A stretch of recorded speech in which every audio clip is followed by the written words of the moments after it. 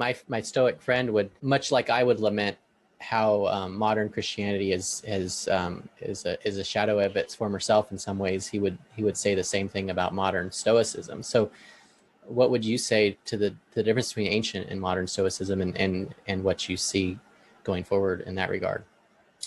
Well, the first thing I'd say is a big difference between ancient and Stoicism and any modern forms of it is that there are no, that I know of, strong analogies between the Stoic school, which was a really formal movement. I mean, a half a millennium of disciples and movements. It became more diffuse, but by far, but really, and a modern sort of Stoic school that would be a globally connected, or even in that sort of strong sense. I think there are people that are interested in Stoicism, but there's no reason it can't become that or reform to be that or whatever it would be. And maybe I'm underselling it. I don't know. But there wasn't the sense that Stoic philosophy could just be used.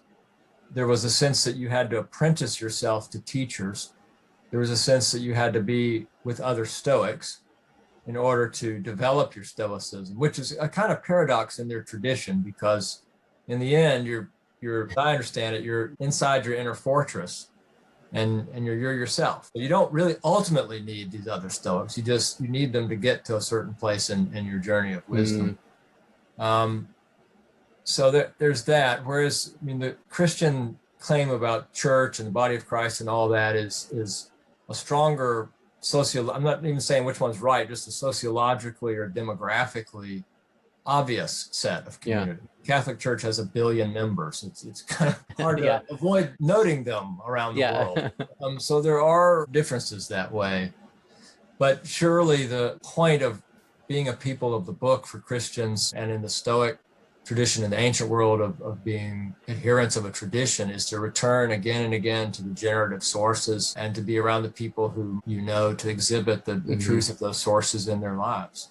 Yeah. And I think that's what's interesting about the book, and also the two traditions in their strongest form, is that I never really cared much for Pascal's wager until I read your book. And that really, it's like when all things are kind of at a point where you can't sort of one up the other, and it comes down to one or the other, and the wager is your life. Which wager will you make? So that's really, really interesting to me. And perhaps that's what it unfolded in Rome was. It was life against life. And when the Roman Stoics saw the Christians' life and what they were doing, it was that next level.